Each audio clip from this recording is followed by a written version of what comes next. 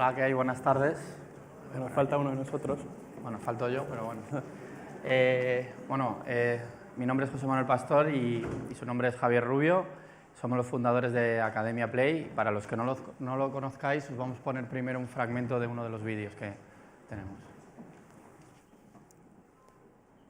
El Estado moderno surgió entre los siglos XV y XVI, cuando los reyes europeos aprovecharon la crisis del feudalismo para concentrar su poder, centralizando el dominio sobre sus tierras. Este proceso se hizo pactando con los señores feudales para recibir sus tierras a cambio de algún privilegio o bien conquistando los territorios a base de guerras sangrientas. Los reyes recibieron el apoyo de la recién nacida burguesía, que deseaba desprenderse de los señores feudales para romper su condición de vasallos. El mapa político europeo, que antes se asemejaba a un mosaico político multicolor de contornos inestables, va a experimentar cambios. El número de reinos independientes empieza a contraerse y los límites empiezan a consolidarse. Este resultado fue la consecuencia de la ascensión de una serie de monarcas con cierta conciencia nacional que entendieron su mandato de manera diferente a sus predecesores. Luis XI y Francisco.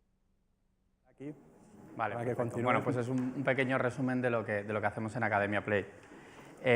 Bueno, yo voy a contar un poco, yo no soy educador ni provengo de este mundo igual que Javi, entonces os vamos a contar un poco pues cómo es la historia de la creación de Academia Play y Corporatia Play y todo el proceso de transformación que hemos ido siguiendo y las conclusiones que hemos ido sacando que creemos que son parte del éxito que tiene a día de hoy la plataforma, ¿vale? Entonces, para hablar de Academia Play tengo que primero empezar a hablar de Javier Rubio, de mi socio. Pues hace 3 años, pues él es arquitecto de profesión y creemos ya que es dibujante de vocación.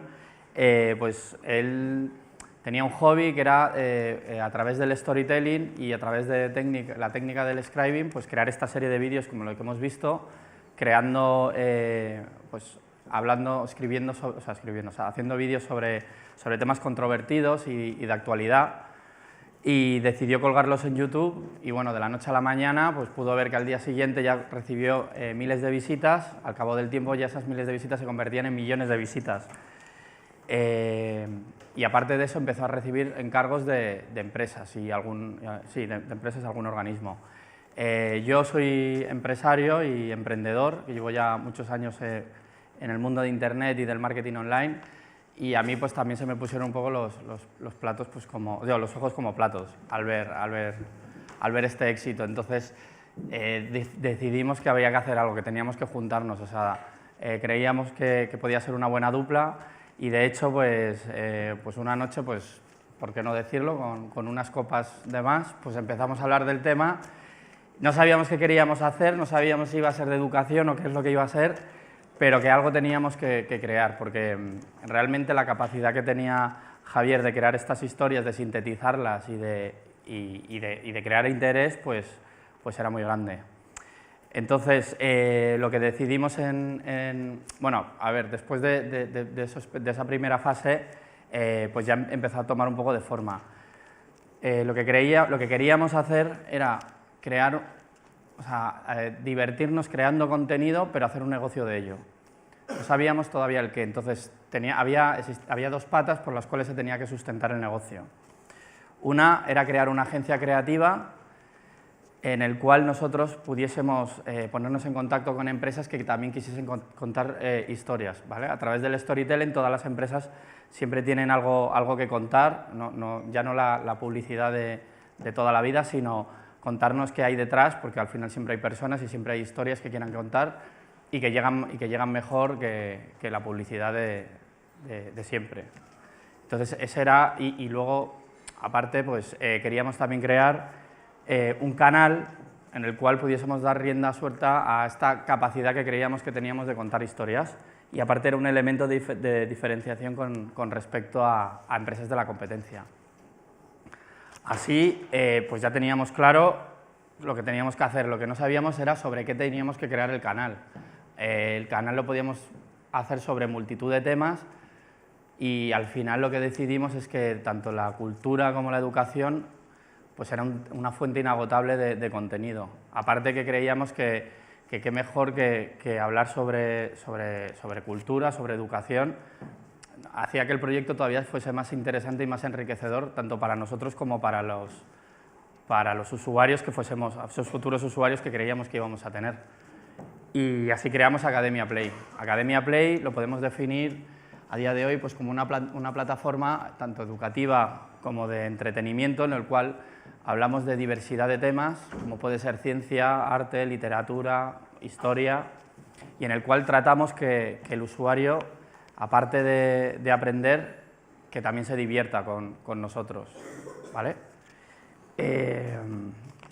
Luego, por otro lado, a ver, nosotros no íbamos dirigidos, o sea, no habíamos creado Academia Play porque queríamos entrar en las aulas. Nosotros iba dirigido a todas las personas curiosas que tengan ganas pues, de aprender de una manera diferente, pues eso, que sean curiosos y que tengan ganas de aprender de una forma diferente a los métodos tradicionales, que no me salía. Entonces, luego nosotros sí que es verdad que entramos en las aulas, pero de una forma totalmente accidental. Empezamos a recibir mensajes de todo tipo, a través de redes sociales. Luego también pues, acudimos a una feria de educación del SIMO donde venía la gente a conocernos. La verdad que nos quedamos impresionados. Y es que al final nosotros habíamos conseguido entrar a las aulas debido al tipo de contenido que nosotros mostramos, que coincide en muchas maneras con lo que se da en los colegios, pero que lo que hacía era dinamizar un poco el contenido que se daba en las clases, y al final lo que hacíamos es que el alumno no solo se interese de aprenderse la lección, sino que además se divertía viendo este contenido. Como puede ver, pues, unos dibujos animados, pues vas a ver unos dibujos animados que tienen que ver con todos los temas educativos que se tratan. Y nada, así salió Academia Play. Por otro lado, bueno, simplemente decir también que Academia Play al final, para contar un poco también el modelo de negocio al completo, es el mejor escaparate que tenemos a la hora de nosotros de vender nuestros servicios a empresas. Además de que sea la forma más económica que tenemos, es la más convincente, es la que nos da mayor reputación y es con la que nos hemos ganado el respeto y con la que hemos conseguido pues, trabajar con empresas pues, españolas tan importantes como pues, el Banco Santander, el BBV, Red Bull, organizaciones pues, como el Gobierno de Perú fue nuestro primer gran cliente, el Consejo Superior de Deportes, etcétera. Así, pues hemos llegado a crear vídeos, ahora vuelvo a Academia Play otra vez de nuevo, como pueden ser la Revolución Francesa, que tiene pues, más de 3 millones de visualizaciones, o la tabla de multiplicar del 9 con más de 30 millones de visualizaciones, que siempre, o sea, son contenidos que han estado ahí, lo que pasa es que nosotros le hemos dado una vuelta y lo hemos enseñado de una forma original, una forma singular, y al final pues, lo hemos contado pues, tratando de hacerlo pues, emotivamente y parece que sí que ha llegado.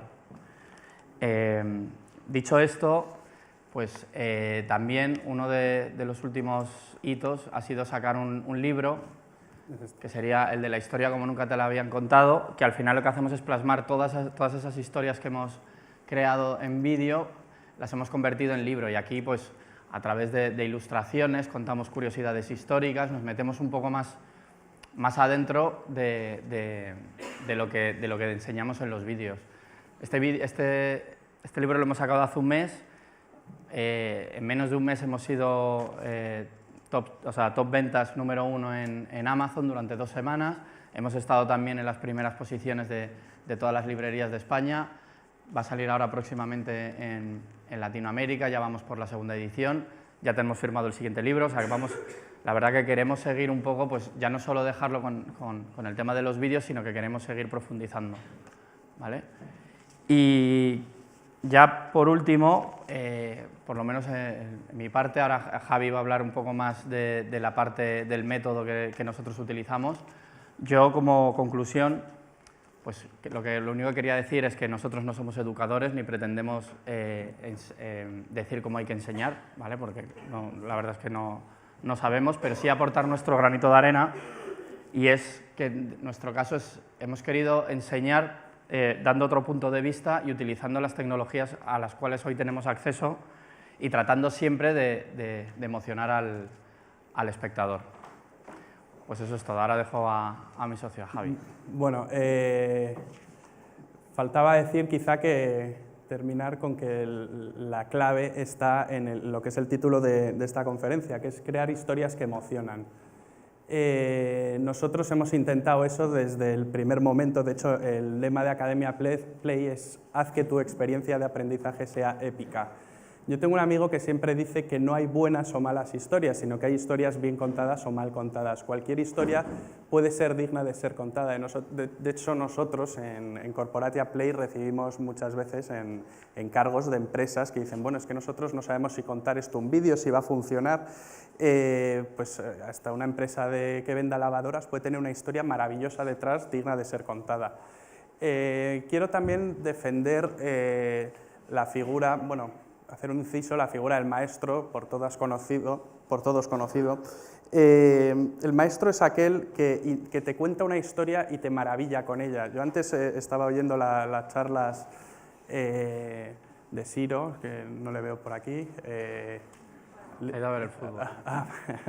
de Liliana, de Alfredo, y me he quedado absolutamente maravillado. Eso es lo que es un buen maestro. Un maestro es aquel que te transmite emoción por lo que te está contando. Yo a lo largo de mi vida, en la escuela, en el colegio, en la universidad, he tenido muchísimos profesores, he tenido buenos profesores, malos profesores, pero maestros quizá los pueda contar con la palma de la mano, muy pocos. El maestro, como decía, es aquel que te deja maravillado y tú llegas a casa y quieres aprender más, quieres seguir leyendo un libro, quieres ver un documental, quieres informarte más, o sea, no, te deja siempre con ganas de más. Es un maestro del arte de seducir, del arte de la seducción. Yo tenía un tío, abuelo mío, arquitecto, siempre decía... bueno, este tío mío, Javier Carvajal, era arquitecto, profesor, bueno, sí, de proyecto, catedrático en la Universidad de Madrid, y decía una frase que, bueno, muchos que la han tenido como alumno la habrán oído, que es: no es mejor maestro aquel que más verdades enseña, sino el que más puertas abre, porque el maestro debe ser un guía, debe ser un conductor, debe ser alguien que, bueno, que sí, que te explica bien una lección, pero sobre todo que te abre puertas para que tú sigas formándote. Yo tuve también un profesor en el colegio, voy a contaros una experiencia, por ejemplo, nosotros hacemos muchos vídeos de historia. Yo tuve un profesor en el colegio, no voy a decir su mote, bueno, no lo voy a decir, pero que, pues, sinceramente las clases eran aburridísimas. Recuerdo que siempre empezaba las clases: sacad un folio limpio, blanco y nuevo, y ahora coged el libro de texto y subrayad lo que creáis que es más importante, y luego transcribir lo más importante lo pasáis al folio. Claro, nosotros nos quedábamos sorprendidos. Este tío no hacía nada, no explicaba la lección, y luego nosotros teníamos que aprender qué era lo más importante. ¿Cómo nosotros íbamos a saber lo que era más importante si nadie nos había contado lo que era más importante? Claro, hizo que muchos compañeros míos odiasen la historia. No fue mi caso porque, bueno, yo aparte de eso seguía leyendo y formándome, y yo siempre he sido un gran amante de la historia, pero vamos, desde luego que profesores así hacen que uno aborrezca la lección. Y ayer, por curiosidad, me puse a hojear el que era mi libro en tercero de historia, y he cogido y he hecho una fotografía de una de las páginas, la cogí un poco al azar, y era: los reinos occidentales, evolución política e institucional. Dice: tras el efímero intento hegemónico de Navarra con Sancho el Mayor, su testamento abrió el camino a una nueva etapa caracterizada por la singularización de los reinos cristianos con la hegemonía de Castilla en la meseta, la aparición de Portugal, el enclaustramiento de Navarra y el protagonismo aragonés entre los pirenaicos. Claro, yo leías esto y, claro, el profesor no te lo explicaba, entonces yo me quedaba alucinado. ¿Pero qué quieren decir con esto? El rey Sancho el Mayor, cuéntame algo de ese rey, pero ¿y por qué su testamento abrió el camino? ¿Pero qué decía ese testamento? Nada, tú te lo tenías que aprender de memoria. Y cambió a una nueva etapa. ¿Qué pasó en esa nueva etapa? Dice, dice, caracterizada por la singularización de los reinos cristianos con la hegemonía de Castilla en la meseta. ¿Os habéis enterado de algo? Yo tampoco. Vale. La aparición de Portugal, el enclaustramiento de Navarra. Bueno, esto, pues como veis, algo fallaba aquí. Algo fallaba aquí, luego tú tenías que memorizar esto, llegar al examen y plasmar este contenido en el examen, y con eso te evaluaban. Entonces, el que mejor memorizaba esto era el que mejor nota sacaba, básicamente. Y con esto quiero hablar de la memoria, y quiero romper una lanza a favor de la memoria. La memoria es la gran denostada en todos los últimos planes educativos, siempre que se reforman, siempre se adelgazan los contenidos, y parece como que memorizar es un desastre, porque los contenidos siempre, o sea, las ideas hay que razonarlas y no memorizarlas. Pues yo estoy completamente en desacuerdo con esto. Claro que hay que razonar las ideas, por supuesto que no tiene ningún interés memorizar algo que no entendemos lo que estamos memorizando, pero también es importante memorizar fechas, memorizar datos. Al final la historia es colocar en un eje de abscisas y ordenadas, tiempo y espacio, geografía e historia, queremos colocar los hechos para luego poder relacionarlos. Y luego hay dos tipos de memoria, memoria por asociación y memoria por repetición. Luego me hablaré un poco más de eso. Quiero poner aquí una frase de un libro que a mí me gusta mucho, que se llama Lección magistral, de Luis Alberto de Cuenca, salió hace algunos años. Dice: la memoria nos distingue de los demás animales. Al perder la memoria se deshace la inteligencia. Lo vemos en los ancianos cuando contraen la enfermedad del Alzheimer. Esto es verdad, o sea, sin memoria no hay inteligencia, y la memoria es el sustrato de todo. Y hay que, a veces, memorizar, por mucho que nos cueste. También hay que hacer un ejercicio que se hacía antes, que es ponerte a chapar y a memorizar datos, porque eso luego nos va a permitir, por asociación, interconectar muchas cosas. Sé que esto es un poco antiguo, esto bueno, no sé si los pedagogos hoy lo suelen decir. Ya te digo que yo no soy pedagogo, y yo digo lo que a mí me ha funcionado. Voy a poneros ahora un vídeo de un filósofo alemán, Hermann Ebbinghaus, que estudió la memoria a base de memorizar por repetición sílabas inconexas que aparentemente no tenían ningún significado, y viendo cómo olvidaba esa cadena de sílabas que le iba repitiéndose. Voy a poner el vídeo que lo explica mejor. En este vídeo vamos a hablar sobre cómo funciona nuestra memoria. Vamos a hablar de la curva del olvido. La curva del olvido ilustra la pérdida de retentiva con el tiempo. Entendiendo bien esta curva, vamos a poder optimizar nuestro tiempo al máximo para sacar el mejor rendimiento a nuestro aprendizaje. El primer estudio importante en este campo lo realizó el psicólogo alemán Hermann Ebbinghaus, autor de un libro titulado Sobre la memoria, escrito en 1885. Una aproximación matemática a la curva de la memoria es la siguiente fórmula, donde R es la retentiva, T es el tiempo y S es la intensidad relativa del recuerdo. Cuanto más intenso sea un recuerdo, más tiempo se mantiene. Luego veremos un ejemplo. Ahora vamos a ver cómo es la curva del olvido. En un eje está representada la retención, en el otro eje está representado el tiempo. Empezamos por un ejemplo de algo que hemos aprendido por primera vez. Al principio la retención es muy alta, pero según va pasando el tiempo lo vamos olvidando con facilidad. Vemos que la pendiente es acusada. Es el momento de revisar de nuevo lo aprendido. Ahora vemos que la curva tiene menos pendiente. Significa que estamos reteniendo mejor la información, y se puede apreciar que, a diferencia de la primera vez, tardamos más tiempo en olvidarlo. Si volvemos a revisar lo aprendido, la curva tiende a ser más plana, y si volviésemos a repasar lo aprendido, de nuevo todavía sería más plana. Esto significa que cuantas más veces repasemos lo aprendido, mejor lo fijaremos en nuestra memoria. Otra conclusión que podemos sacar es que es mejor planificar el estudio con muchos repasos que estudiar una sola vez de manera muy intensa. Esto, aunque no lo parezca, al final nos ahorrará tiempo y la calidad de lo aprendido y retenido en nuestra memoria es mucho mayor. Ahora vamos a ver cómo influiría el factor representado por la letra S, la intensidad relativa del recuerdo. Ebbinghaus notó que la curva de la memoria tiene una pendiente muy acusada cuando se memoriza material sin sentido. Sin embargo, es casi plana cuando se trata de experiencias traumáticas.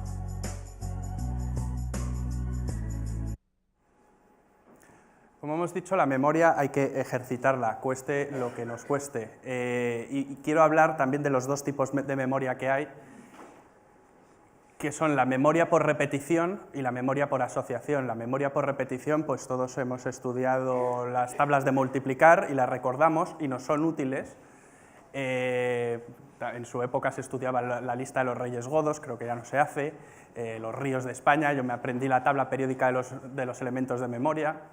A día de hoy no me es muy útil, pero bueno, a lo mejor a un químico le es más útil seguramente.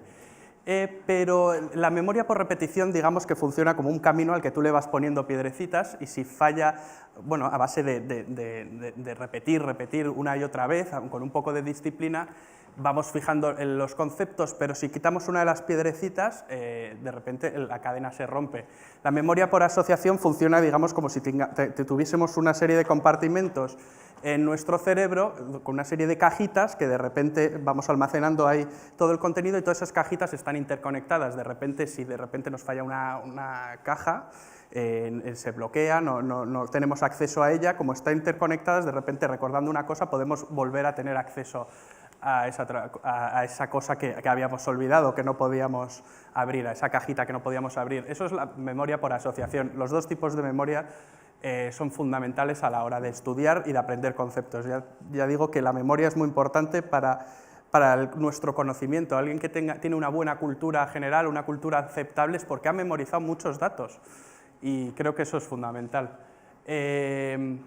Y quiero hablar ahora de la intensidad relativa del recuerdo, que es la S, en el vídeo que hemos visto antes, y nosotros, Academia Play, yo creo que, bueno, que nos funciona y que los maestros también lo ponen en nuestras clases, y los alumnos acuden a nuestros vídeos, como ha dicho antes José, porque de verdad les sirve para estudiar. No sé si habéis visto antes una serie de comentarios, nos ponen miles de comentarios en YouTube diciendo muchas gracias, hemos aprobado el examen gracias a vosotros. Para nosotros eso es muy reconfortante y yo creo que tiene que ver con la intensidad relativa del recuerdo, porque nosotros en Academia Play uno de los pilares es el de crear historias que emocionan, por eso ya hemos dicho que nuestro lema es haz que tu experiencia de aprendizaje sea épica. Nosotros queremos crear experiencias que te marquen y de esa manera fijar mejor en nuestra memoria, o sea, la intensidad relativa del recuerdo va a ser mayor. Y el otro pilar tiene que ver también con la pirámide de Glasser, que muchos seguro que conocéis. Esto es una pirámide de un psiquiatra estadounidense que ya ha muerto, como veis mis referencias son bastante antiguas, que viene a decir lo siguiente, que aprendemos un 10% de lo que leemos. Esto es un libro de texto tradicional, bueno, esto es muy aproximado, yo tampoco pienso que sea tal cual así, pero sí que yo creo que funciona, o sea, a lo mejor los porcentajes varían, pero bueno, aprendemos un 10% de lo que leemos, un 20% de lo que oímos, esto puede ser una explicación tradicional, sin un apoyo de un PowerPoint, de un profesor dando una lección, y memorizamos hasta un 50% de lo que vemos y oímos. Por eso nosotros en Academia Play, todos nuestros vídeos intentamos reforzar todos los conceptos. Si hablamos, no sé, del eje Roma-Berlín-Tokio, este es un vídeo de la Segunda Guerra Mundial, pues hacemos un dibujito sobre ello. Si hablamos del armisticio de 1918, lo dibujamos. Todos los conceptos los vamos dibujando y además los reforzamos con texto, mientras lo vamos escuchando a su vez. Todos los personajes siempre les ponemos cara, porque es muy importante la memoria fotográfica, porque cuanto más sentidos intervengan, la pirámide de Glasser viene a decir que cuanto más sentidos intervengan en el aprendizaje, más vamos a fijar el concepto. Yo me imagino que si YouTube dentro de unos años permite también emitir en nuestra casa olores, pues todavía el porcentaje de aprendizaje sería mucho más mayor. Y bueno, esto es un poco lo que nos ha funcionado. Muchas gracias.